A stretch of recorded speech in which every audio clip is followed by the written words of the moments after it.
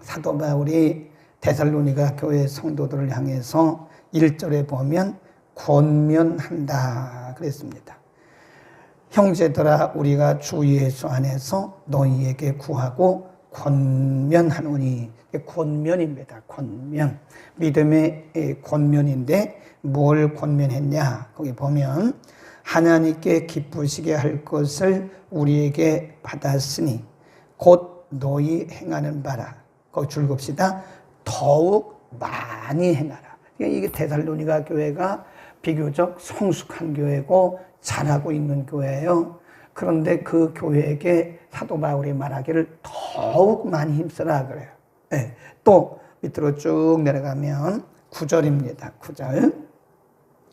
형제 사랑에 관하여는 너희에게 쓸 것이 없으면 너희가 친히 하나님의 가르침을 받아 서로 사랑함이라. 이 데살로니가 교회가 잘하는 교회예요. 사랑의 수고가 있고 믿음의 역사가 있고 또 소망의 인내가 있는 잘하는 교회입니다. 그런데 10절에 이렇게 말해요.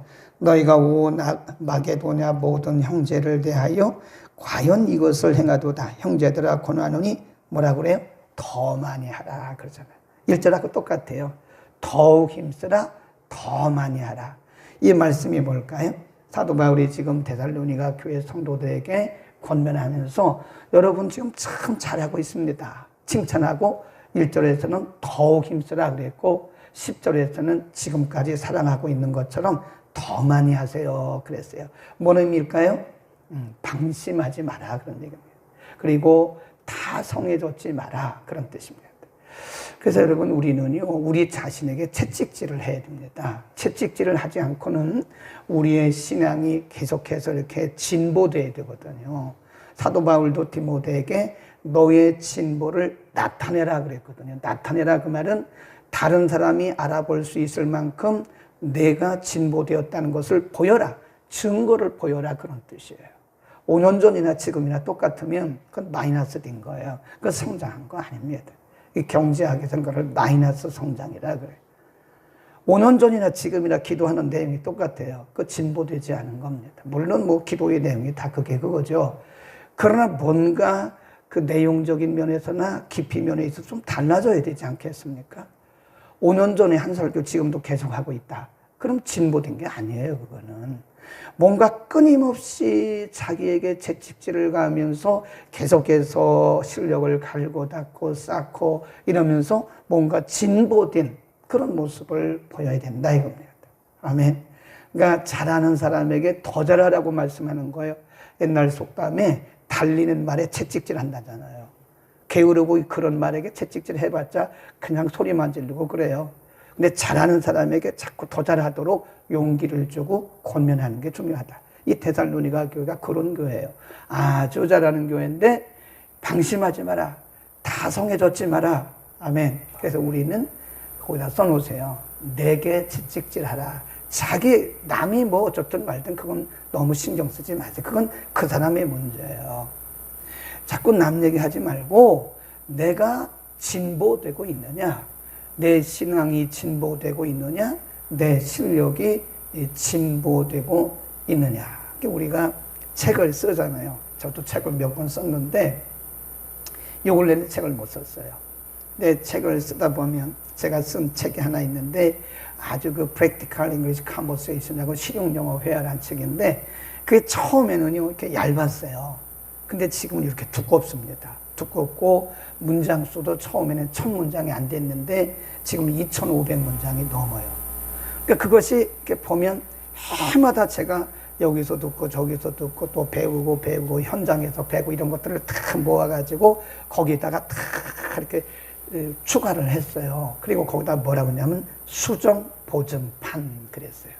수정 보증판. 보증이란 말은 더했다 그런 뜻이에요. 그런데 5년 전에 있던 그 책이나 지금 책이나 똑같으면 누가 그 책을 사보겠습니까? 안 사보죠. 네. 그래서 거기다가 뭐 100문장, 50문장 해마다 계속 늘어났어요. 그래서 그 앞에다가는 New Edition 이렇게 써 있어요. 새롭게 수정된 판, 보증판 이렇게 써놨다고요. 우리의 신앙도 진보가 있어야 되는 거예요. 우리의 생각도 진보가 있어야 됩니다. 5년 전에 시험 들었던 사람인데 지금도 시험 들어. 그건 진보된 신앙이 아니에요. 네.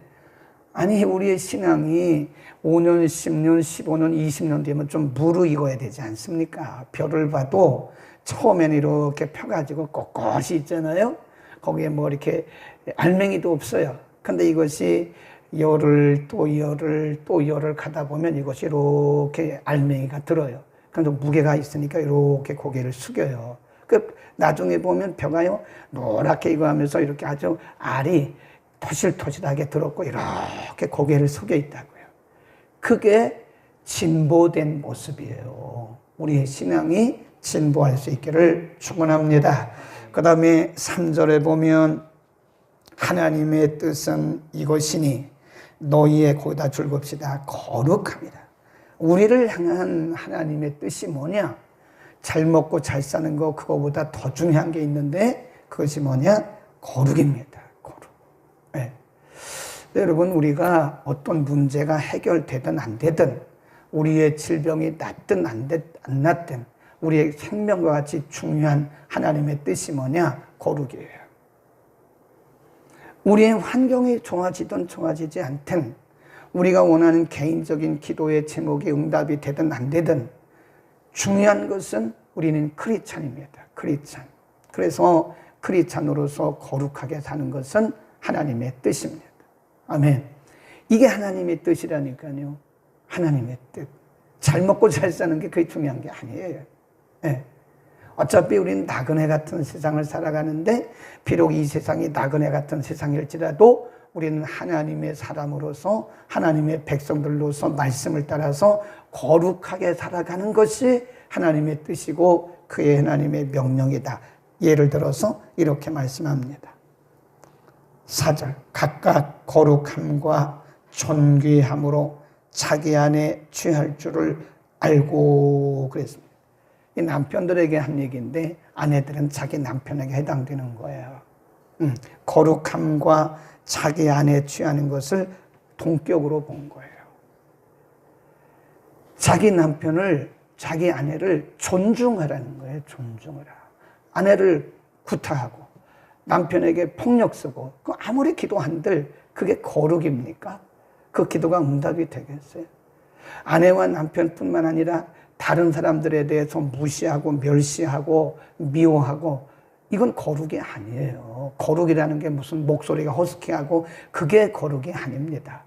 우리의 삶 속에서 하나님의 성품을 흘려보내는 그게 거룩. 거기다 써놓으세요. 거룩은 우리의 삶 속에서 하나님의 성품을 흘려보내는 거예요. 내가 거룩하니 너희도 거룩하다 그랬잖아요. 하나님이 거룩하신데 우리는 거룩하지 않게 살면서 그걸 우리가 거룩이라고 말하기는 어려워요. 그러니까 거룩이 막연한 게 아니고 우리의 삶 속에 그분의 성품이 흘러가도록 하는 그것이 거룩이다. 그 다음에 이렇게 또 말씀합니다. 6절 시작. 이래 분수를 넘어서 형제를 해하지 말라. 이는 우리가 너희에게 미리 말하고 증거한 것과 같이 이 모든 일에 주께서 신원하여 주심이라 그랬습니다. 분수를 넘어서 형제를 해하지 마라. 자, 우리 로마서 12장 6절에도 보면 우리에게 주신 은혜대로 받은 은사가 각각 다르니 혹 예언이면 믿음의 분수대로 하라 그랬어요. 분수란 말이 많이 나와요, 성경에. 그 분수란 말이요, 우리가 흔히 말하는 주제입니다. 자기의 아이덴티티. 그러니까 자기 자리를 지키라.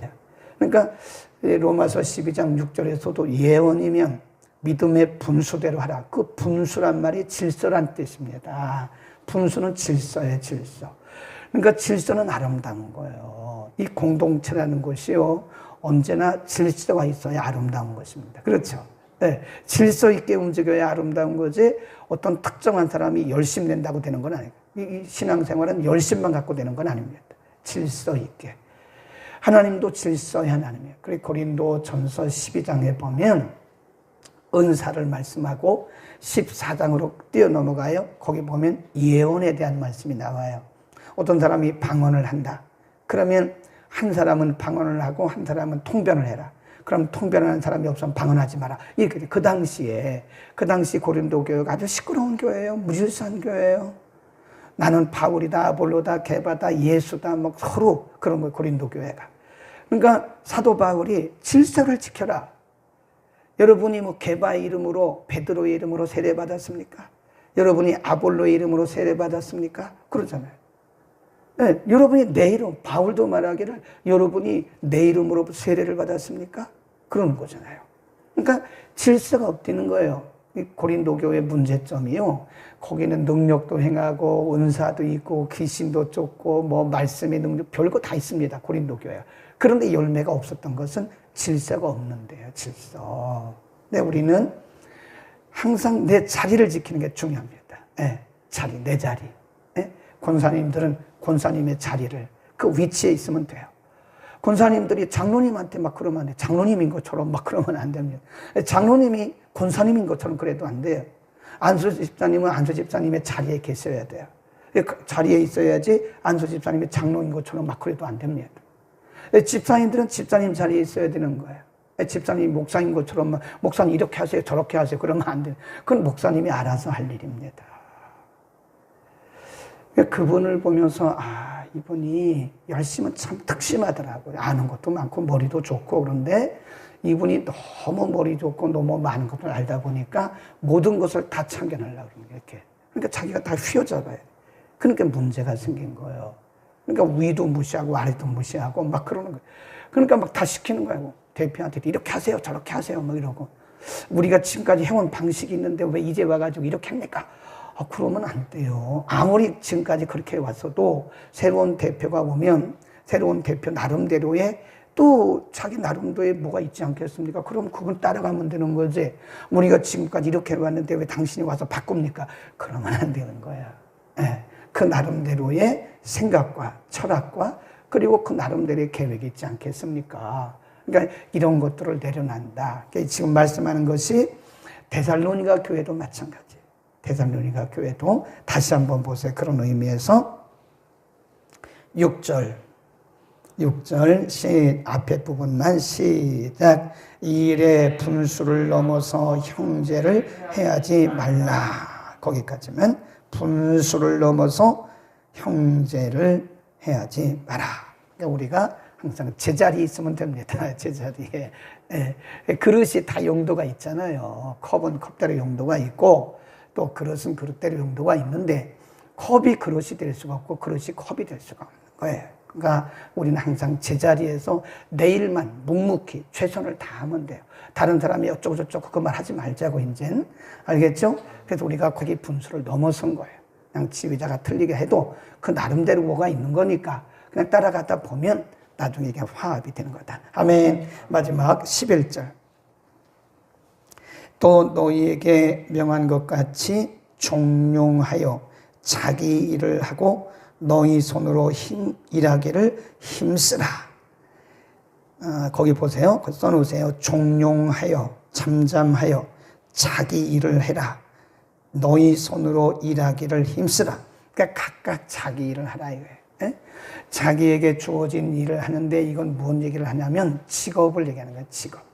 그 당시 데살로니가 교회 안에는요 어떤 사람이 있었냐면 예수님이 곧 오신다 이거예요. 예수님이 곧 오시니까 일할 것도 없다. 직장 갈 것도 없고 사업할 것도 없고 아이를 낳을 것도 없고 뭐 우리 이런 거 할 필요 없다.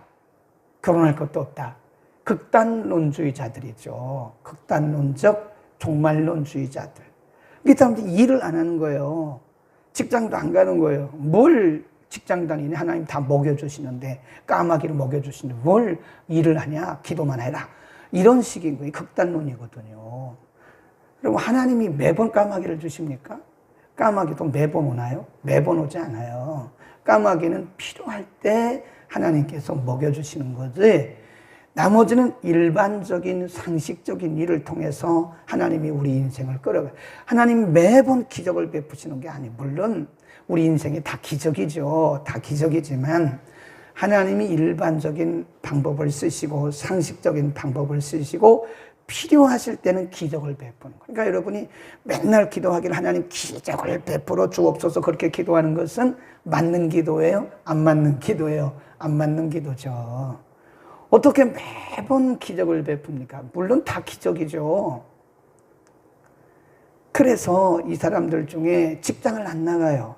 예수님 곧 오시는데 뭐 직장을 가냐, 뭐 결혼을 하냐, 뭐 사업을 하냐, 이런 거죠. 그러니까 사도 바울이 그래서는 안 된다. 자기 일을 하시오. 직장 나가세요. 사업하세요. 돈 버세요. 그 얘기입니다. 자기 일을 하고 각각 자기 손으로 힘써서 벌어라. 그런 얘기입니다. 여러분 크리스찬이 사업하는 거 부끄러운 거 아닙니다.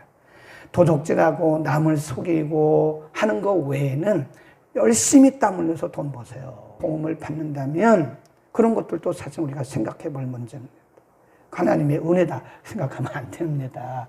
은혜란 말을 함부로 갖다 붙이지 마세요. 기도하겠습니다. 거룩하신 우리 아버지, 오늘 아침 우리에게 참 많은 말씀을 주셨습니다.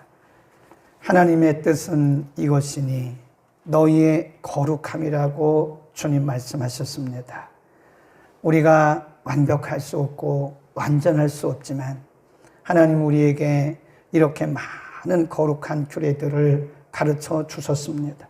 너나 할 것 없이 우리는 인간이기 때문에 때로는 우리 편에서 생각해서 하나님의 말씀을 합리화할 때도 있었고 지금도 그렇게 할 때가 많습니다.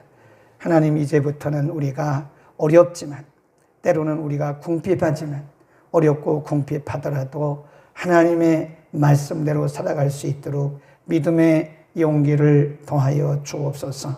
더욱 힘쓰라고 말씀하신 주님, 과거에 머무르지 말게 하시고 스스로 방심하거나 타성해졌지 말게 하시고 우리의 믿음이 날로 새롭게 성장하고 성숙하고 진보되게 하옵소서.